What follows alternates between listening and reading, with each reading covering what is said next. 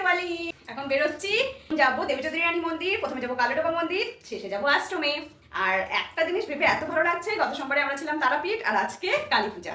চলো কালী পূজার শুভেচ্ছা জানাই সবাইকে, দিওয়ালি সবার খুব ভালো কাটুক। চলো এবার বের হই। দীপাবলিতে আমার ঠাকুরের আসন ঠিক এইভাবে সাজিয়েছি। প্রথমেই আসলাম কালোডোবা কালী মন্দিরে। সবে মাত্র মায়ের মূর্তি আনা হয়েছে, এখনও বরণ হয়নি।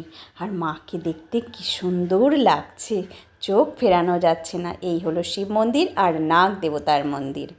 এরপরেই আমরা চলে যাচ্ছি দেবী চৌধুরী রানী মন্দিরের উদ্দেশ্যে।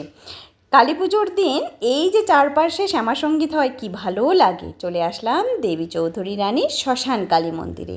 এখানে প্রবেশপথটাই এত ভালো লাগে। বহুদিন থেকেই আমি এই মন্দিরে আসছি। কালী পুজোর রাত্রে এখানে না আসলে মনটা একদম অসম্পূর্ণ থেকে যায়। তাই প্রতি বছরই চেষ্টা করি এখানে আসার। মায়ের দিকে তাকিয়ে থাকলে মনে হয় যেন মা সদা জাগ্রত। এখানে পুজো শুরু হয়ে গেছে, যেহেতু এবার অমাবস্যা দুপুর 3টের দিকে লেগেছে।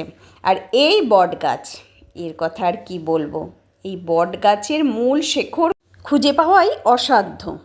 বট গাছের ঝুড়ি নেমে সেগুলো আবার মাটির নিচে প্রবেশ করেছে। বহু প্রাচীন এই বট গাছ। আর এখানে হয় যজ্ঞ। কালী পুজোর রাতে এখানে না আসলে একদমই ভালো লাগে না। এখানে বহু মানুষ এখন আসে। এখান থেকে চলে যাব আশ্রমে। আর যাওয়ার পথে তিস্তা উদ্যানের পাশের কালী মন্দির কত সুন্দর করে সাজিয়েছে, এখানে সুন্দর পুজো হচ্ছে। এবারে আর আশ্রমের পুজো দেখা হলো না, কারণ রাত্রি 11টা বেজে গেছে আর 10:30 পর্যন্তই আশ্রমে ঢোকার নিয়ম, তাই আর ঢুকতে পারলাম না। কি করা যাবে আর। বাড়ি ফেরার পথে আসলাম সংঘশ্রী ক্লাবের প্যান্ডেল দেখতে।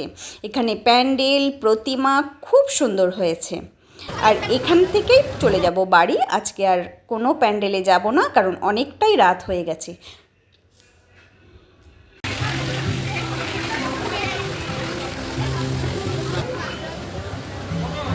ওই যে বিয়ার করতেছে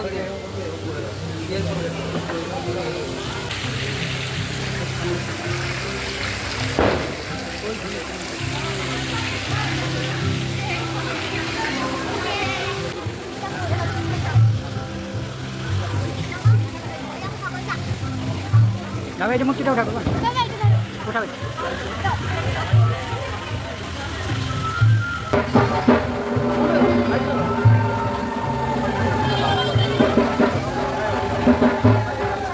আজকের মতো টাটা, গুড নাইট।